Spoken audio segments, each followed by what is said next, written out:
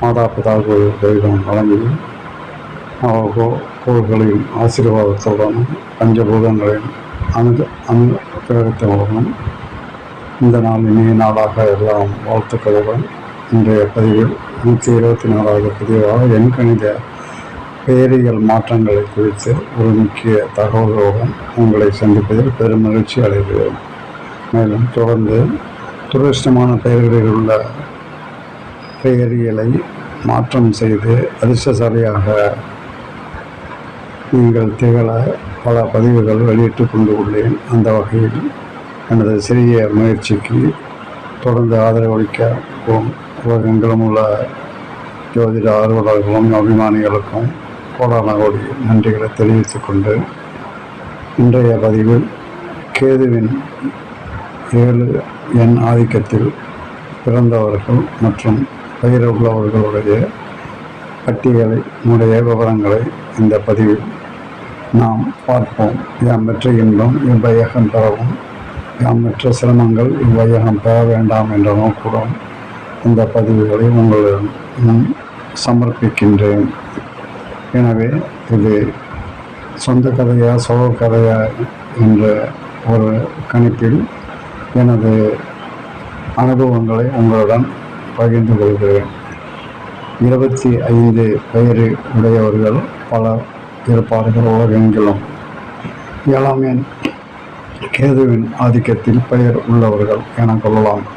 அவர்கள் எந்த அதிர்ஷ்டமான தேதியில் பிறந்திருந்தாலும் விதியின் அதிர்ஷ்டமாக, அதாவது தேதி மாதம் வருடம் அதிர்ஷ்டமான எண் ஆதிக்கத்தில் இருந்தாலும் பெயரில் இந்த கேதுவினுடைய ஆதிக்கத்தில் யாரெல்லாம் இடம்பெற்றிருக்கிறார்களோ அவர்களெல்லாம் வாழ்நாள் முழுவதும் பிறந்ததிலிருந்து இறக்கும் வரை போராட்டத்தை சந்தித்து கொண்டு உள்ளார்கள் என்பது எமது ஆழ்ந்த அனுபவங்கள் மூலமாக பல ஆய்வுகளின் அடிப்படையில் தெரிந்து கொண்டவை.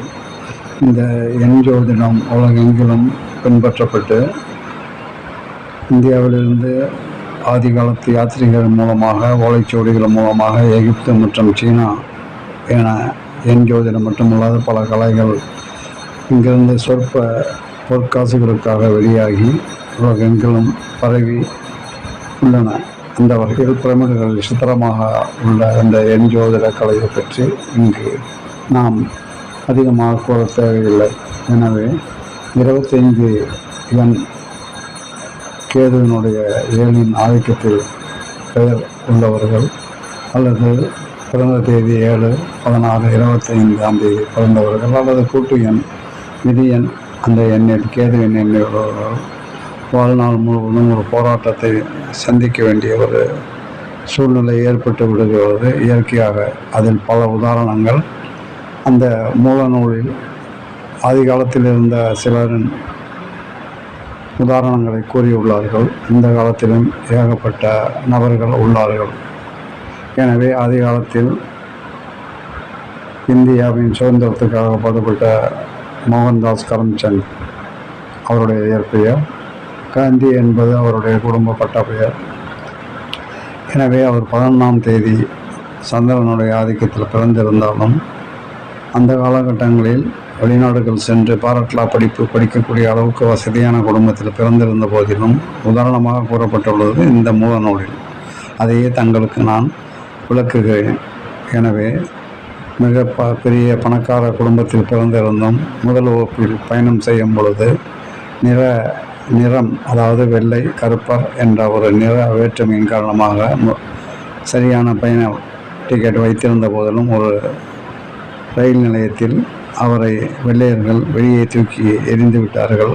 அதனுடைய அஸ்திவாரமே அவர் வெளிநாடுகளுக்கு சென்று ஆப்பிரிக்கா மற்றும் பல நாடுகளில் நிற வேற்றுமைகளுக்காக பாடுபட வேண்டிய ஒரு சூழ்நிலை ஏற்பட்டு அதற்கு பிறகு அவருடைய பாரட்லா படிப்பு முடிந்து மிகப்பெரிய ஒரு வழக்கறிஞராக இருந்த போதிலும் அவருடைய சிரமங்களில் அந்த காலகட்டத்தில் இந்தியாவில் இருந்த சூழ்நிலையின் காரணமாக அவர் விடுதலை போராட்டத்தில் அகிம்சை வழியில் போராட எத்தனித்தார்.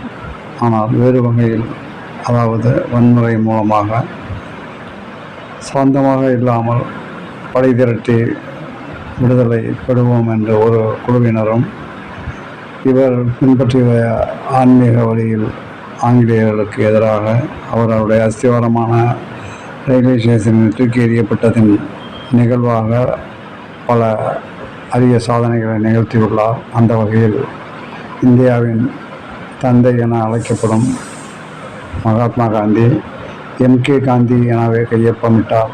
எம். மோகன்தாஸ், கே. கரம்சந்த் காந்தி என்பது ஒரு குடும்பப்பட்ட பெயர். மோகன்தாஸ் என்ற பெயர் இருந்த போதிலும் எம்.கே. காந்தி எனவே பெயரிட்டார். இந்த பெயரின் விரிவாக்கம் MKGANTHI. இதனுடைய விரிவாக்கத்தினுடைய எண்கள் 25. அவர் மிகப்பெரிய பணக்கார குடும்பத்தில் பிறந்திருந்த போதிலும் பாரட்டில் படிக்கக்கூடிய அளவுக்கு வெளிநாட்டுக்கு சென்று பாரிஸ்டர் பட்டம் பெறக்கூடிய அளவுக்கு இருந்தும் ஒரு வேஷ்டி ஒரு துண்டுடன் இந்திய விடுதலைக்காக பாடுபட்டு நமக்கெல்லாம் சுதந்திரம் வாங்கி கொடுத்த தியாகி என்ற வகையில் அவர் எம்.கே. காந்தி என தான் கையொப்பமிட்டார் என உதாரணங்களாக இந்த முகநூலில் குறிப்பிடப்பட்டுள்ளதை வைத்து 25ஆம் தேதி யாரெல்லாம் பெயரில் உள்ளவர்கள் அவருடைய பிறவி எண்ணுக்கும் விதி எண்ணிற்கும் அதிர்ஷ்டமான பெயரை மாற்றிக்கொள்ளும்படி அன்புடன் நல்லெண்ணத்துடனும் உங்களை மன்றாடி கேட்டுக்கொள்கிறேன். எனவே முயன்றால் முடியாதது ஏதுமில்லை, முடிவு கொண்டு முயற்சித்தால்.